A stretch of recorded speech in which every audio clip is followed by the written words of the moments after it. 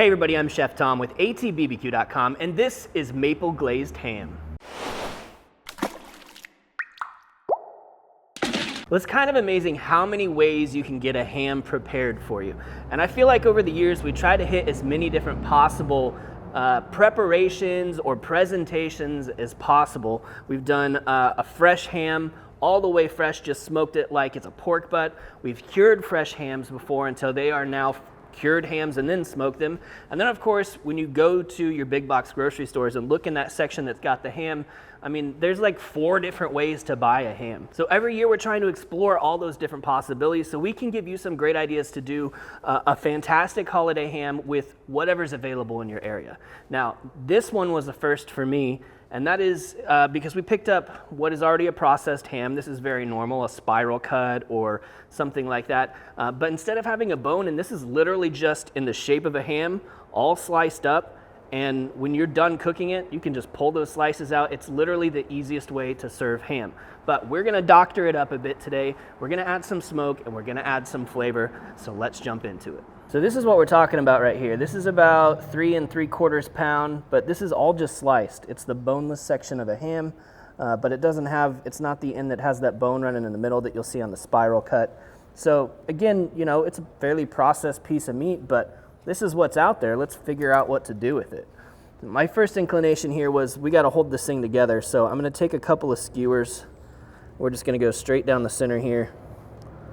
And now we've got something to hold on to and something to keep it together while it's smoking. So we're going to put this into our cast iron skillet, a 10-inch skillet, whatever's big enough to make sure that it can hold all of that. But this 10-inch is kind of ideal for this size. And that's so that we can catch these juices as we're cooking. We're gonna put a little apple juice in the bottom, and we're gonna make sure to get the outside seasoned and then glazed throughout the smoking process. So we're gonna use this mustard in a couple different applications today. The first just being kind of as a binder. This is the amazing maple mustard from Kozlik's. Seemed to match the theme of what we're going for, our flavor profile for a maple glazed ham today. So we'll get that slathered on the outside, and then we're gonna hit this with just a little bit of barbecue rub. For our rub today, we're using the Yoder Smoker's pork rub. Great sweet barbecue rub, but it's got a nice amount of saltiness to it too. We don't want to go too heavy. We want to taste it, but we don't want to overpower this thing with salt because obviously it's already been cured. It's already got salt in it. So the goal here is to add flavor and smoke while reheating this because this has already been cooked all the way through. We're just adding seasonings in the form of a glaze, a rub, and smoke.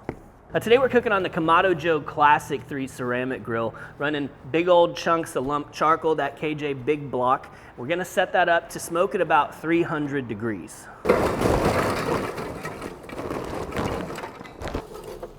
I wanna arrange this charcoal with some of those larger pieces on the bottom. The smaller pieces we can sprinkle on top. I'm gonna leave a little bit of room at the front of the grill here just for the airflow to really fly through here so we can run a small fire at the temperature we want with the best possible airflow. We'll nestle a few fire starters in here and let it get started.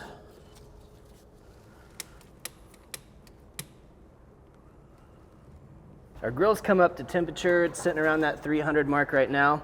So I'm gonna nestle in a chunk of cherry wood for a little extra smoke. Set this up with the slow roller for smoking. Keeping this on the highest setting in the divide and conquer system so that we don't get too much radiant heat on the bottom of our ham. And then I have a feeling we're gonna need to snip our skewers here a little bit shorter so it can fit all the way in. But before we do that, I'll show you one last thing before we just let this smoke away is I wanna put a little liquid in the bottom of this skillet. So I've got about a cup of apple cider, or you can just use apple juice. I just want to cover the bottom. I want to make sure that it's completely covered in about a 1/2 inch so that when we start glazing this later, it doesn't scorch to the pan, it just adds to the juice. And we're going to look to bring this up to about 150 internal. So I'm kind of searching right for down here in the thickest middle part of that ham. That's where we're going to put our probe. All right, still a little too tall, so we're gonna come at from the side. There we go. While the ham's smoking, we're gonna put together our maple glaze, starting with 1 cup of maple syrup. We're gonna add to that a 1/4 cup of unsalted butter and a 1/4 cup of that same Kozlik's amazing maple mustard, a little bit sweet and tangy. Also, mustard and maple together, mustard and pork together, both incredible. Speaking of tangy, we're gonna bump that up with a couple tablespoons of apple cider vinegar and a couple tablespoons of our Pitfire hot sauce. Again, a fairly mild hot sauce, kind of a southern style vinegar-based hot sauce, but big flavor in there. And the last ingredient, pumpkin pie spice. We don't want much, we just want a little bit, a dash or two of that warming spice that you get out of the cinnamon and nutmeg and clove.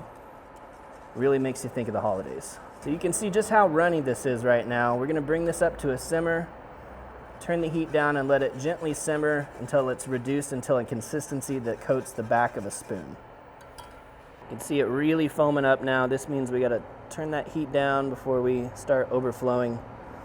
And all of these bubbles are looking pretty small right now, but as this thickens and reduces, those bubbles will get bigger.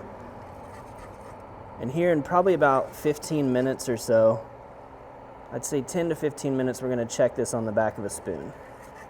So we're gonna check here the consistency. Like I said, I kinda want it to coat the back of a spoon. And of course right now it's really hot, but as it cools down, it'll thicken up on there a little bit. I can see that it's clinging to the back of the spoon all the way through. So I feel pretty good about this consistency right here. We want it to be able to cling to the meat, not just run straight off of it. But we don't want it so thick that it's like caramel. So here we have 1 hour of smoke time. You can see we're getting a really pretty bark on the outside. Getting a little bit crisp around the edges. That bottom simmering just a little bit. So now it's time to do our first glaze. And initially here, I'm just gonna pour this over the top. And we can kind of brush it on.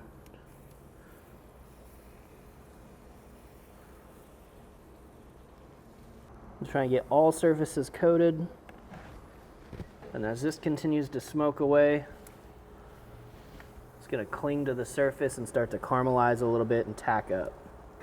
But again, we've got all this liquid down here, so we're not scorching anything. It's all just gonna collect together and be a great little jus to run your ham through. So we're working on the sweet part now. We got the salty and the ham and the rub. Now we're working on that sweet glaze on the outside. We'll be back in 20 minutes to glaze again. 20 minutes now after that first glaze, and look at that caramelization. This is what we're talking about. That's really tacking up nicely to the surface.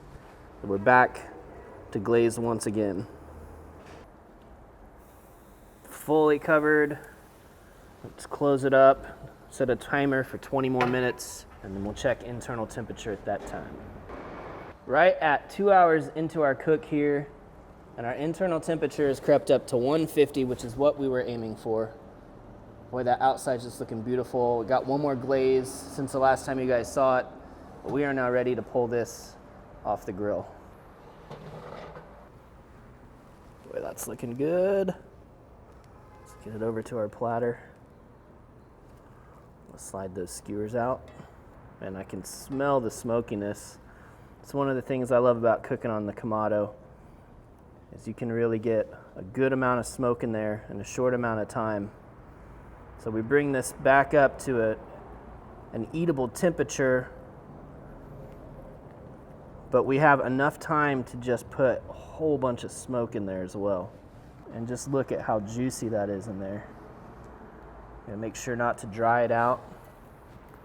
And that's not even to mention all these juices saved in the skillet. We pour right over the top. A little sweetness, a little fruitiness. Keeping it all warm and juicy. I'm gonna pick out my slice. Looks pretty good. Still kind of hot, but let's get a taste. So tender. Oh man, that smoke. Got that just right. Just that one chunk. Only smokes for about an hour or so before it burns out.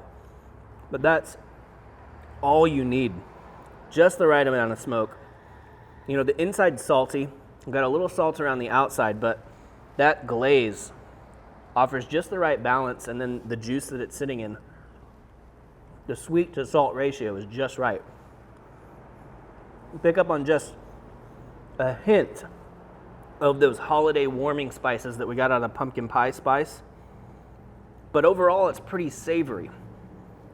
That's a really fun balance. And it doesn't get any easier than this as far as serving a ham at a party. 2 hours in the grill, no slicing. It's all sliced and ready to go. I might have turned my nose up at this at first when I thought of the idea. I'm kind of digging it now. Well, thank you guys so much for watching. Be sure to check out allthingsbbq.com for all the products featured in today's video.